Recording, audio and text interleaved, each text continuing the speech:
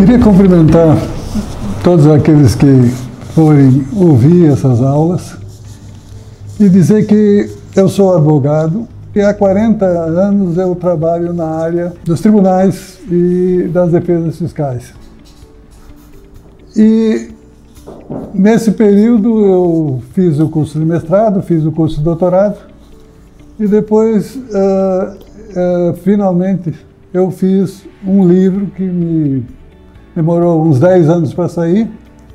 E esse livro, Paradigmas Constitucionais e os Limites ao Poder de Tributar, ele efetivamente traz tudo aquilo que pode se constituir de uma contribuição de um advogado que quer devolver a todos aqueles que se dedicam à advocacia, bem como todos aqueles que estudam advocacia e buscam essencialmente nos cursos de especialização e doutorado um aperfeiçoamento. Bom, eu já fiz o ano passado um curso que foi publicado no YouTube com 57, 58 lições, que está sendo lido e ele passa a constituir mais ou menos uma leitura genérica daquilo que está no livro. Eu adotei esse livro como livro-texto e naquele curso que foi dado, a gente buscou dar uma espécie de visão genérica do problema da hermenêutica e da interpretação constitucional tributária. A gente denominou aquele curso de curso avançado de hermenêutica e interpretação constitucional tributária exatamente porque a gente busca, além daquilo que está sendo dado nas nossas faculdades, acrescentar uma nova forma de pensar. E eu queria aproveitar uma citação ou uma ideia de Einstein que simplesmente diz o seguinte: se a princípio a ideia não é absurda, ela então não tem esperança para vingar. Parece uma espécie de absurdo aquilo que a gente mencionou. Dizer, pô, se uma ideia inicial não é absurda, ela não tem chance de vingar, é uma afirmação bastante controversa. Mas a mim me parece que essa ideia de Einstein se aplica naquilo que nós vamos fazer nesse curso. Nós vamos examinar aí a crise na interpretação constitucional tributária no país. E para falar em ideia absurda, eu já vou adiantando que eu penso que a tecnologia, a metodologia que está sendo aplicada nos tribunais, essencialmente nos tribunais superiores, ela está superada há mais de 100 anos. Mas superada como? A metodologia de interpretação e hermenêutica, ela vem mudando desde 1920. Quando começou a se trabalhar e a vir à tona todos os aspectos da física quântica, quando ela simplesmente diz o seguinte, que o parâmetro, o núcleo duro dessa metodologia existente estava totalmente equivocada. Mas equivocada como? Nossa ideia, que está sendo lecionada nas universidades, ela ainda está com aquela ideia mecanicista em que se busca a certeza total. E eu quero apresentar nessas situações que nós vamos enfrentar, demonstrar que essa ideia é absurda. Mas então é uma ideia absurda que nós estamos aplicando e lecionando nas nossas universidades. É duro dizer isso. Vão dizer, não, mas Por quê? Porque a nossa ideia nas universidades tem basicamente fundamentação na fragmentação de Descartes, e que foi aperfeiçoada por Kant, e que foi, mais uma vez, melhorada na sua aplicação por via de linguagem por Kelsen. E nós temos hoje um jogo de linguagem conceitualmente posto, em que se arma tudo aquilo que se quer demonstrar previamente e não há qualquer conexão disso que se fala com a realidade. Sim, mas vem com essa ideia de que a realidade é importante quando conceitualmente já se tem uma estrutura metodológica para aplicar o direito. O conceito cerrado. Essa é a base da nossa aplicação de direito tributário. Enquanto eu digo que não existe esse conceito cerrado. Isso é uma balela, desculpe o termo. Por quê? Porque a Constituição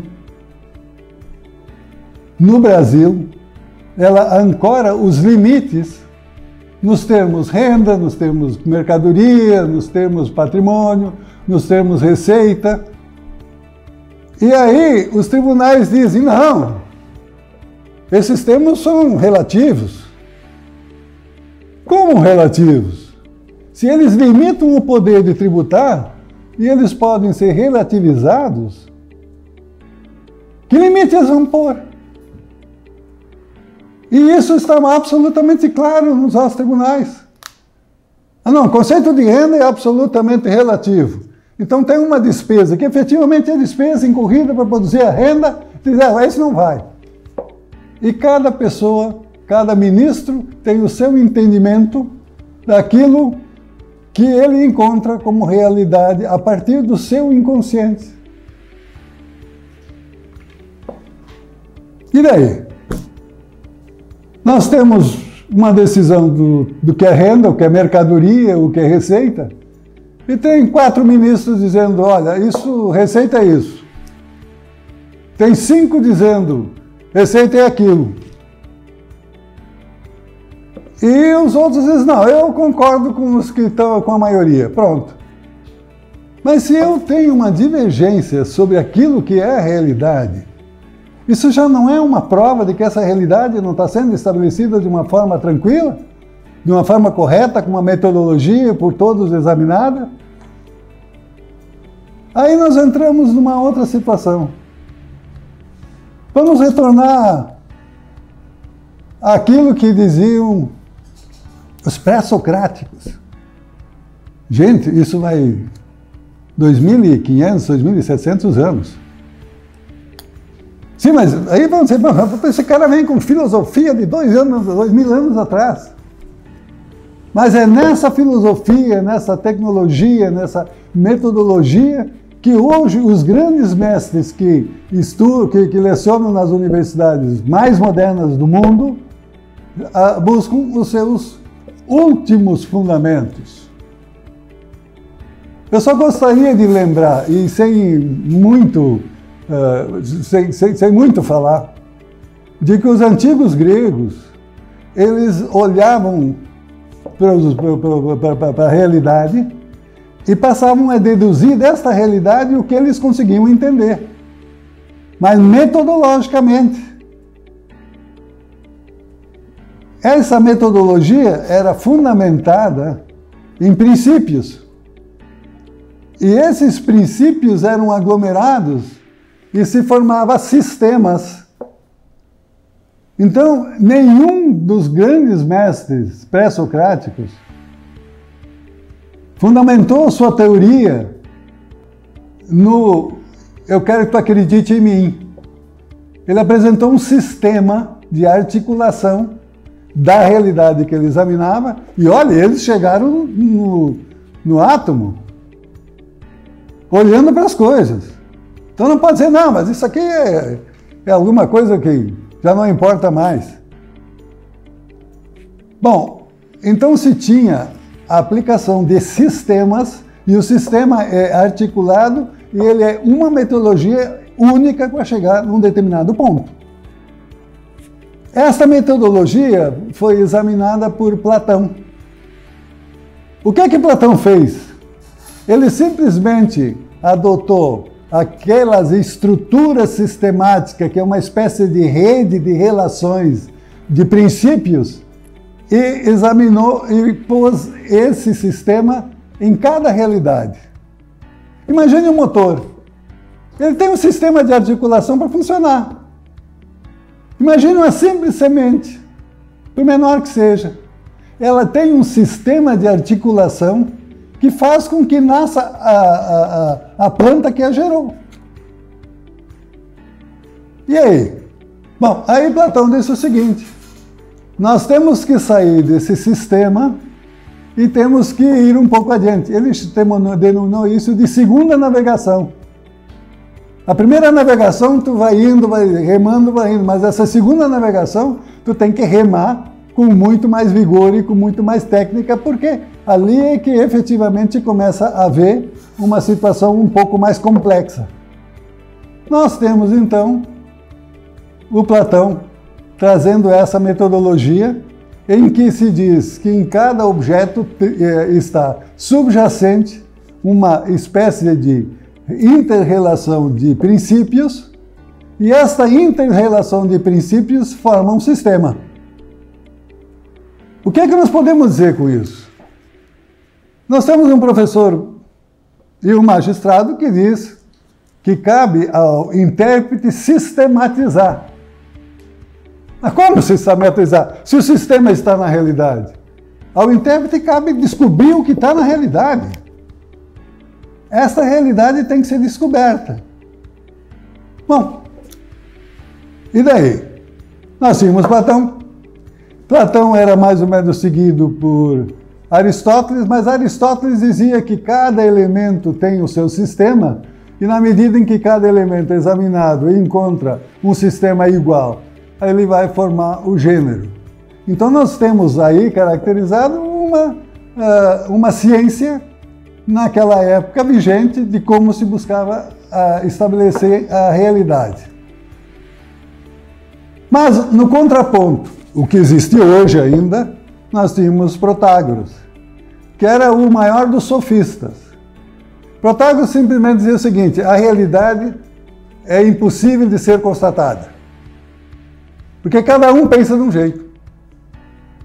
Ele até dizia, tem duas pessoas sentadas embaixo de uma árvore, uma diz que o vento está quente e outra diz que o vento está frio. Então, eu não tenho condições de dizer o que é quente e o que é frio. E aí ele deduziu a sua matriz de racionalidade dizendo, olha, a realidade é aquilo que cada um pensa. E com isso ele estabeleceu um sistema de que o mundo é do tamanho da consciência de cada pessoa. Mas aí podem me perguntar, mas o que interessa isso agora? Eu recordei o seguinte, tem um ministro que acha que é assim, tem mais 3 que acham de um jeito, e o outro que diz que, bom, eu não sei, mas eu vou acompanhar fulano. Será que esses não são sofistas? Exatamente porque eles não conseguiram estabelecer um sistema de articulação para dizer, por exemplo, o que é renda, o que é receita, o que é patrimônio, o que é mercadoria. Até agora, ninguém disse isso. E no momento que o Supremo Tribunal Federal disser compor o sistema que conforma todos os pressupostos de incidência tributária, ele resolve 80% dos processos que estão acumulados nos tribunais. Como é que ele faz isso? Ele tem que examinar o que é renda e dar um paradigma do que é renda. Onde ele vai dizer, isso aqui é receita e isso aqui é despesa. Receita e despesa, a diferença é lucro.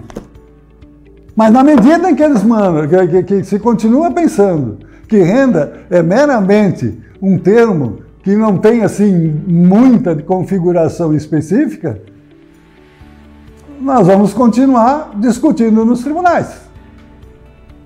Então, o que eu gostaria de trazer para debate, e por isso eu estou dizendo que é uma crítica à interpretação, é esses temas que nós não estamos ensinando nas nossas universidades. Não, mas os tribunais deveriam... Não. Os nossos magistrados são frutos daquilo que as universidades lecionam. E posso dizer com toda a franquia, e aí eu gostaria de invocar Nietzsche. Nietzsche, naquelas situações de indagações beirando a loucura, ele dizia: ciência se faz com um martelo pesado, derrubando muros construídos por séculos. E é isso que a gente está a pensar. Essa ideia, como se disse no início, aparentemente é absurda, mas eu tenho certeza, por aquilo que eu já escrevi nesse livro, que está posto nas lições e nas aulas que foram ministradas no ano passado, a gente tem certeza que se qualquer pessoa fizer um exame, mesmo que superficial, daquilo que já está escrito, ele vai começar a concordar comigo. Quer dizer, a ideia que está sendo posta não é absurda. Ela tem configuração, tem justificação, e está posto dentro de métodos, e que não é um método de um advogado que passou a vida trabalhando nos tribunais, ganhando e perdendo, mas é aquilo que dizem os melhores mestres que estão lecionando nas universidades europeias e americanas. Então, eu não venho aqui para dizer, acredite em mim. Eu estou dizendo, nós estamos atrasados porque tais mestres dizem isto, isto e isto. E eles exatamente dizem o seguinte: a metodologia cartesiana está superada, em grande parte, naquilo que ela se fundamenta. Só para dar uma palhinha desse tema, Descartes dizia que a ideia que ele gerava decorria da iluminação divina. E aí buscou respaldo lá,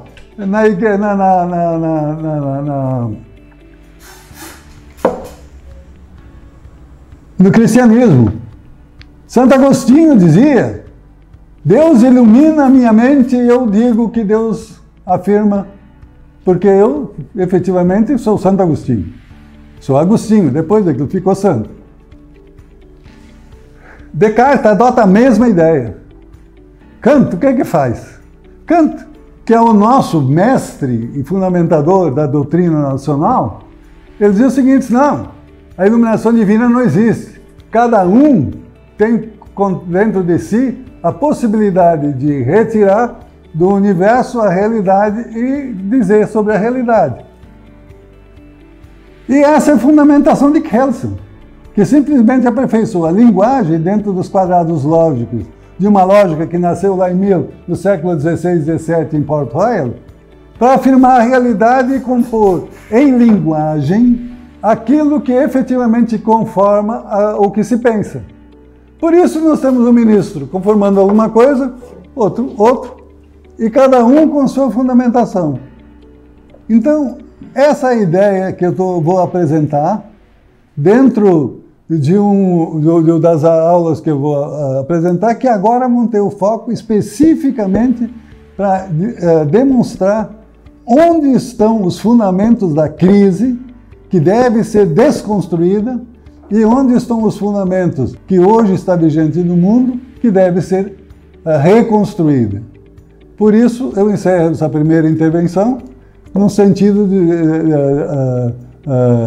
de afirmar de que as aulas que nós vamos dar, que serão publicadas no YouTube, de forma absolutamente gratuita, vão enfocar sempre o problema crise, desconstrução e reconstrução de uma teoria que nós entendemos seja a que deve ser aplicada e que vai resolver, pelo menos em parte, aquilo que nós precisamos resolver para ter ciência e certeza jurídica no país.